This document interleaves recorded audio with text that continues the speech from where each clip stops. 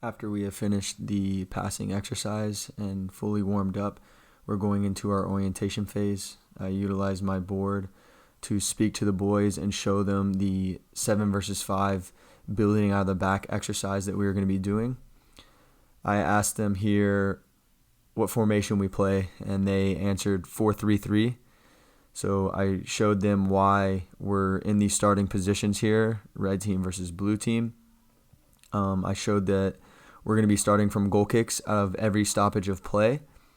And I talked about what our aim is here and how they're trying to find the 3 mini goals in building out, representing the 7, the 11, and the 10 positions, as if they were to play the ball into that person's feet and getting out of the defensive third into the middle third.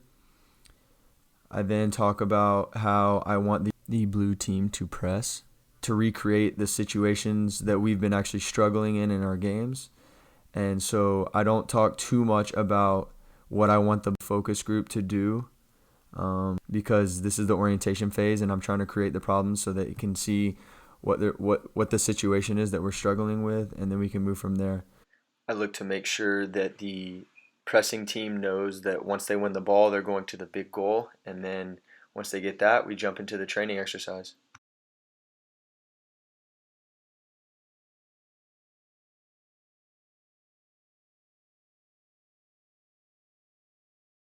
You can now see that we have started the exercise. I let the boys play a little bit, but for time's sake, I cut to my first coaching point. I know I wasn't focusing on the focus group, but my left center back, or my 5, was starting at the top of the 18, and I didn't want him to do that on goal kicks. I wanted him to start wide to open up more space, so then the outside back on that same side, which is the 3, could get higher, and it would let the 6 and 8 operate more at the top of the 18 rather than my center back.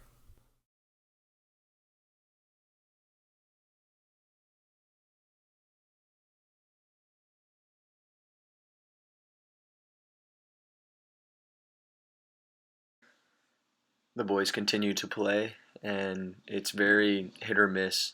Neither team was consistent.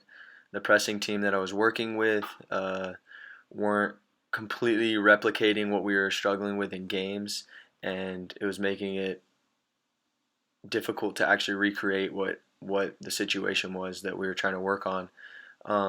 But as you can see here, the team that's building out finds success and finds the targets.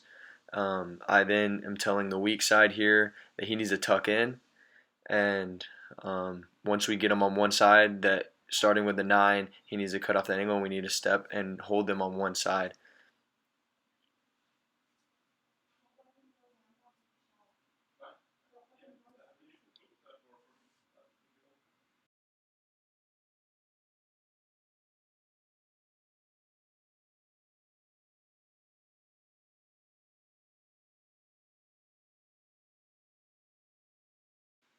I then need to rotate players in, and at this point, it was actually time for the interval to be up, so I made sure that I brought the team in that was pressing and talked about our shape, right? So I'm here again talking about, hey, you're on the weak side. When the ball's over here, we need to all press together and stay and shift over as a unit, okay? And then once we get them locked in on that side, we can win the ball and then go to the goal.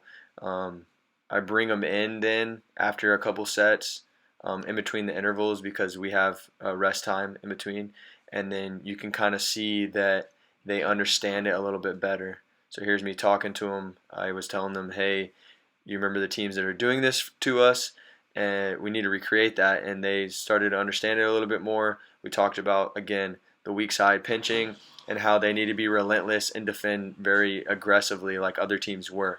And so we're talking about that. They asked a couple questions, and then we went from there.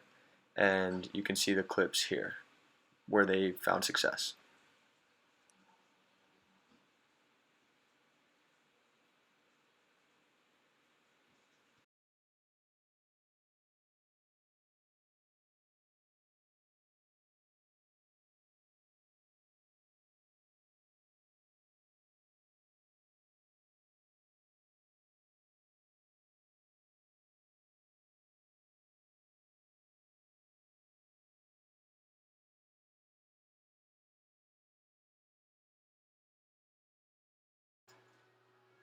at this point, once I've seen the Orange team win the ball in a dangerous area 5 times in a row, I felt that it was a good time to move on to the learning phase as we've replicated what we were struggling with in the games.